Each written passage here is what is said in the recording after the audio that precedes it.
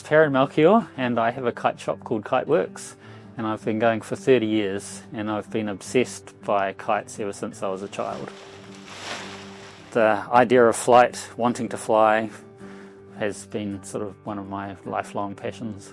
This is like a really good child's kite. So if you've got like a 2-year-old or a 3-year-old and they're just running around and they just want something to hold and fly, these are really good. The kite flying had its heyday in the 80s and 90s, sort of pre-internet. So that has made a sort of significant impact on people's lives. The competition for people's attention is really hard to gain now. So traditional pastimes like board games, non-electronic forms of entertainment have just sort of slipped away. There's something really weird about kites. When you give it to a kid, they just love it. It's just a natural instinct for them. They just really love the concept of play, so any sort of thing that they can play with, they just love it. And a kite flying in the sky seems to defy natural logic and is very obsessive and quite hypnotic.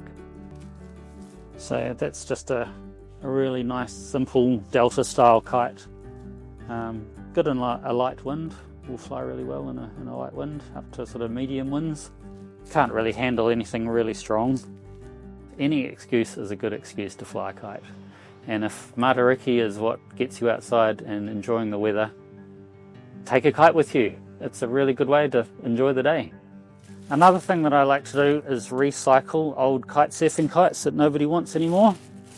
I've actually built this from recycled kite material. So this used to be a Naish Raven, which is a kite surfing kite. So this is probably my best flying kite. So I can fly this no matter how ridiculously windy it gets. I've flown this in 100km/h winds and it survived. So this is what very early aircraft used to look like. So very early on in the days of making aeroplanes, they basically just made really big box kites and put motorcycle engines on them. I have thousands of kites. So one of my kites alone is a stack of 100 diamonds. So I can fly 100 diamonds up to 50 meters all at once. My prized possession is 5 large 2.5 meter Hargrave box kites that I'm hoping to make a replica of a man lifting system one day. I haven't been brave enough to actually tie myself to it to see what happens, but I will eventually get there. So this will fly in almost nothing and can handle any ridiculous wind that I decide to fly it in. Some people just always have their phone with them. I always have my kite with me.